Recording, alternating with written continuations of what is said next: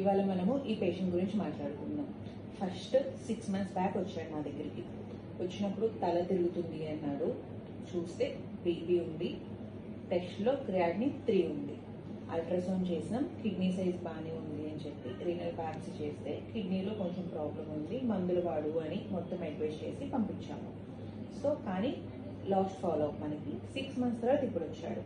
వస్తే చూస్తే పేషెంట్కి మొత్తం కాళ్ళవాపు, నడిస్తే ఆయాసం, నీరసం చెప్తున్నాడు. టెస్ట్ చేసి చూస్తే క్రియాటినిన్ ఇప్పుడు 7 ఉంది. ఏమైంది, ఎందుకు రాలేదు ఈ 6 నెలలు అని అడిగితే చుట్టాలు ఎవరో చెప్పారంట. సో అక్కడ మందులు ఇస్తారు, హెర్బల్ మందులు ఇస్తారు, ఆయుర్వేద మందులు ఉంటాయి, వాడండి అంటే ఆ మందులు వాడాడట. సో ఏమైంది, సికేడి స్టేజ్ 3లో ఉన్నది, ఇప్పుడు స్టేజ్ 5 వచ్చింది. క్రియాటినిన్ 3 నుంచి 7 అయింది. ఇలాంటి ఎగ్జాంపుల్స్ మాకు కొత్తగా కాదు, చాలా మంది పేషెంట్స్ ఇలాగే ఉంటారు. డాక్టర్ పెట్టిన కరెక్ట్ ట్రీట్మెంట్ ఆపేసి ఫ్యామిలీ ఫ్రెండ్స్ ఎవరో చెప్పారు అని చెప్పి ఆయుర్వేద మందులు వాడుతూ ఉంటారు. సో కొన్నిసార్లు అయితే డయాలసిస్ మాత్రమే ఆప్షన్ ఉంటుంది కొంతమంది పేషెంట్స్, చాలా లేట్ స్టేజ్లో వస్తూ ఉంటారు.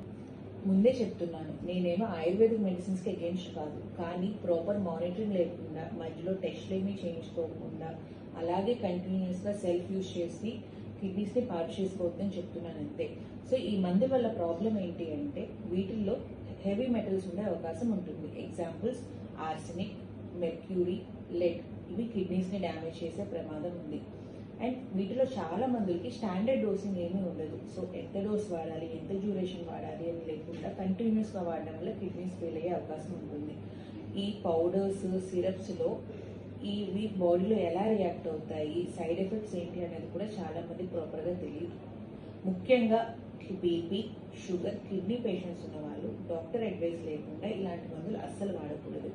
ఒకటి గుర్తుంచుకోండి, న్యాచురల్ అనేది ఎప్పుడు కూడా 100% సేఫ్ కాదు. డాక్టర్ పెట్టిన ట్రీట్మెంట్ ఆపేసి సెల్ఫ్ మెడికేషన్ చేసుకుని మీ కిడ్నీస్ని పాడు చేసుకోవద్దు. Stay aware and stay healthy. Thank you.